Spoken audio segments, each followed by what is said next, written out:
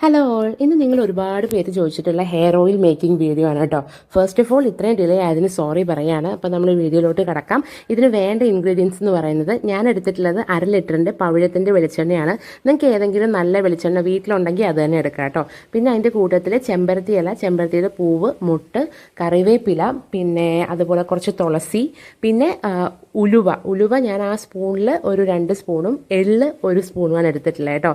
പിന്നെ ഇതിൻ്റെ കൂടെ നെല്ലിക്കയൊക്കെ ഉണ്ടെങ്കിൽ നിങ്ങൾക്ക് ഇടാം. പിന്നെ ചെറിയുള്ളി അരിഞ്ഞിട്ടാണ് ഇടേണ്ടത്.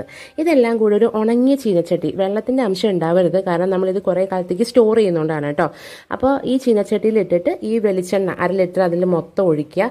അത് കുറച്ച് നേരം ഒരു 5 മിനിറ്റ് വെച്ചതിന് ശേഷം നിങ്ങൾ ലോ ഫ്ലെയിമിൽ വെച്ചിട്ട് ഇത് നന്നായിട്ട് അടുപ്പത്ത് വെച്ച് വേവിക്കുക. ലോ ഫ്ലെയിമിൽ തന്നെ വെക്കണം, നിർബന്ധമാണ്, അല്ലെങ്കിൽ കരിഞ്ഞു പോവും. കുറച്ച് നേരം കഴിയുമ്പോൾ ഇതൊക്കെ നന്നായിട്ട് വേവും, ഈ ഇൻഗ്രീഡിയൻസ് ഒക്കെ. അപ്പോൾ ആ എണ്ണ പാകാവും കേട്ടോ. എന്നിട്ട് നിങ്ങളൊരു കുപ്പിയിലാക്കി സൂക്ഷിക്കുക. പിന്നെ ഏത് എണ്ണയാണെങ്കിലും നിങ്ങളുടെ ഹെയർ നന്നായിട്ട് മസാജ് ചെയ്യുക, അതിലാണ് കാര്യം.